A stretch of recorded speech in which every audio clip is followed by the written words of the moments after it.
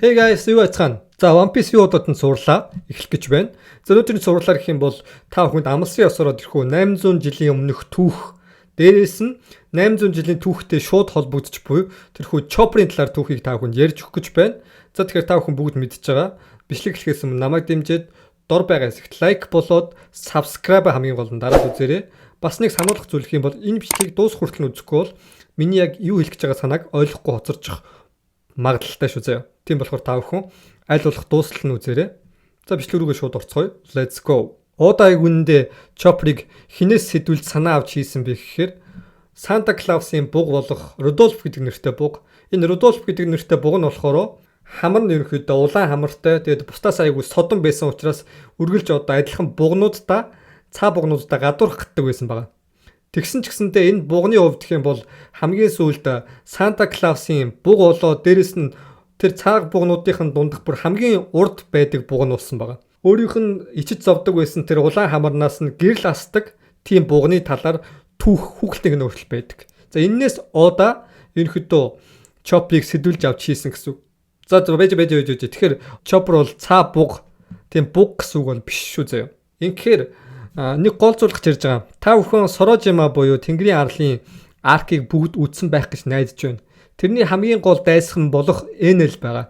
Enel Luffy-д ялагдсныхаа дараа сар руу явдаг. Тэрийг болохоор Bars гэж нэрлээд Maxim гэдэг өөрийнхөө хөлөг дээрээ суугаад явдаг.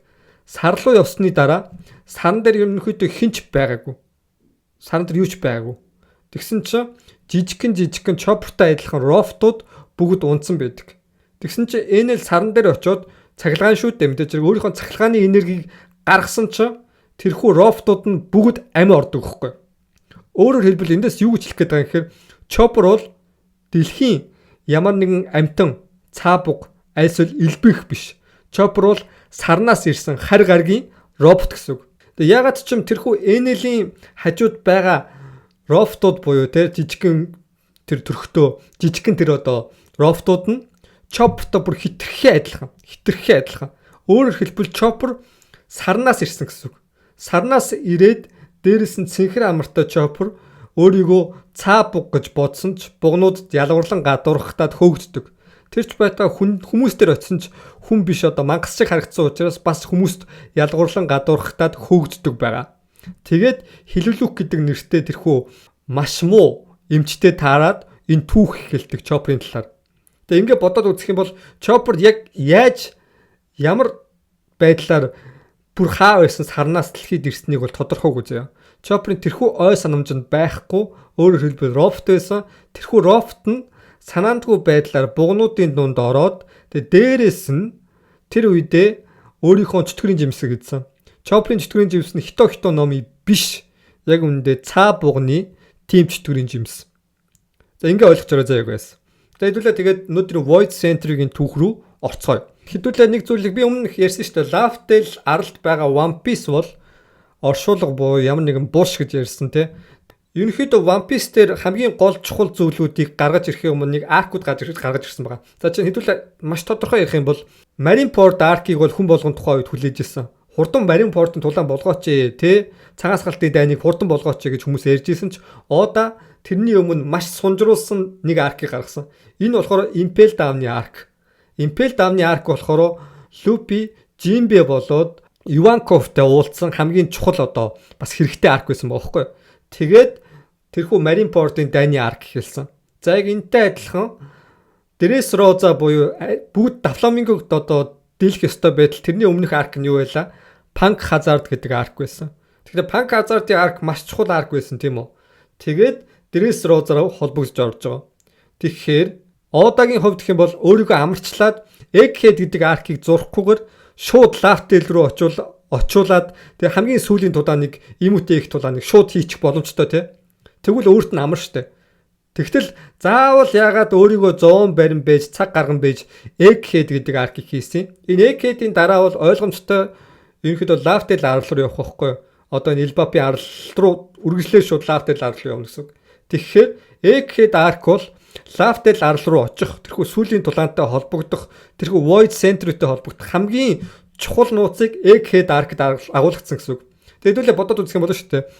Luffy Jirta болж хувирсан чинь тэрхүү Egghead Arc-д байсан Joy Boy-ийн үеийн Emmet гэдэг нэртэй робот шууд сэргсэн байгаа байхгүй. Өөрөөр хэлбэл ягаад сэргсэн бэ гэхээр нарны эрчим хүч буюу Luffy-гийн Jirta хувилбар нь нар шүү дээ, Nika. Nika-гийн нарны эрчим хүчээр тэрхүү Emmet гэдэг робот шууд сэргэлт авсан гэсэн үг. Тэгэхээр өөрөөр хэлбэл шүү дээ, Vegapunk юу гэж хэлсэн бэ гэхээр та нар энийг ирээдүй гэж бодож байна уу? Үгүй. Энэ бол өнгөрсөн гэж Egghead Arc-ыг хэлсэн. Тэгэхэд бүгд л тэд нар ирээдүй штэ эн чинь тий ийм амар робот ийм амар одоо механикчсан байна гэж юу ийсэн юм бэ гэж бодож исэн. Тэгсэн чинь өнгөрсөн гэж хэлсэн. Тэгээ энэ дээр хамгийн гол утга учир нь оршиж байгаа. Тэгэхээр Laftel Arl болохоор штэ тий ягаад Luffy-гийн Jirta сэргэлт хэрэгтэй юм гэхээр Laftel Arl тэр чигээрээ Egghead-тэй адилхан тийм механикчсан роботчсан Arl гэсэн үг. Тэгвэл ямар ч одоо эрчим хүчгүй сэргээгүй байгаа. Өөрөөр хэлбэл Enel сар руу очоод тэрхүү Chopper-тай адилхан роботуудыг сэргээсэнтэй адилхан Luffy Laftel Arl дээр очоод Laftel-ийн тэрхүү механикчсан роботчсан Arl-ыг тэр чигээр нь сэргэнэ гэсэн үг. Эрчим хүчээр дүүргээд Jirta-ваараа нарны эрчим хүч нэгэн цахилгааны эрчим хүчээр сэргээсэн. Тэгээд хэдүүлээ эндээс бас нэг сонирхолтой зүйлийг авч үзэх юм болно шүү дээ. One Piece-ийн ертөнцид цахилгааны эрчим хүч ашигладаггүй. Та нар бүх одоо ангийн үзээрэй заяа. Галны эрчим хүчээр гал бамбар тэгэд ямар ч одоо өрөөнд тийм цахилгаан гэх зүйл ерөөсөө байдаггүй. Тэгээд дээрээс нь шүү дээ хэдүүлээ маш товчхон авч үзэх юм бол хөлдөг зам байгаа. Марижо дээр хамгийн одоо сүлд гачирсан. Тэр хөлдөг замыг юу хөдлөгдөг вүлээ? Доор нь боолууд буюу хүмүүс хөдлөж идэг. Дээрээс нь Сани гэдэг Luffy-гийн хөлөг байгаа шүү дээ. Sani Go гэдэг хөлөг. Энэ нь болохоор кола энергиэр ажилдаг. Тэгээд дээрэс нь Franky бас кола энергиэр ажилдаг. Franky ч өөрөө хагас робот шүү дээ. Киборг хүн.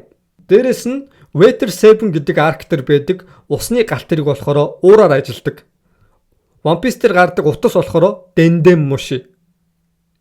Ингээ бодоод үзэнгүүт One Piece болохоор юуг агуулж байгаа юм гэхээр тэрхүү 17 дугаар зууны үеийг харуулдаг. Энийг яаж батлах юм гэхээр хар сахалт тэр Jewelry Bonnie тэгээ дээрэс нь өөр бас далайн дэрэмшит байгаа. Эднэр бүгд яг жинхэнэ далайн дэрэмшит, жинхэнэ амьдарж исэн тийм түүхийн далайн дэрэмшитээс авсан. Ялангуяа хар сахалтыг бүгд мэдж байгаа тийм.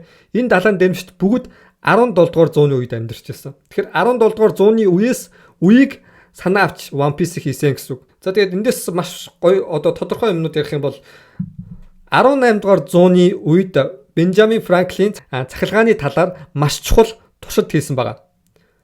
Тэрний дараа 19 дугаар зууны үед болохоор Италийн Алессандро Волта гэдэг эрдэмтэн анх удаа цахилгааны эрчим хүчийг олж нээсэн гэж дэлхийд гачирсан байхгүй юу?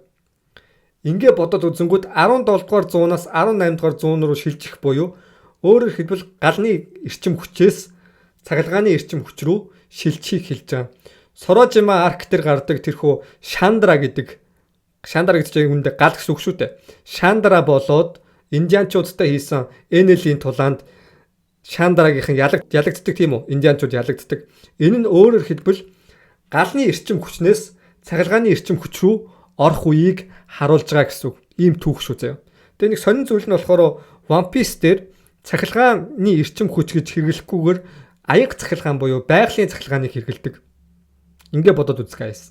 Энэ бол One Piece дээр цахилгааны эрчим хүч гэдэг зүйл огт байхгүй ийм түүх гэсэн үг.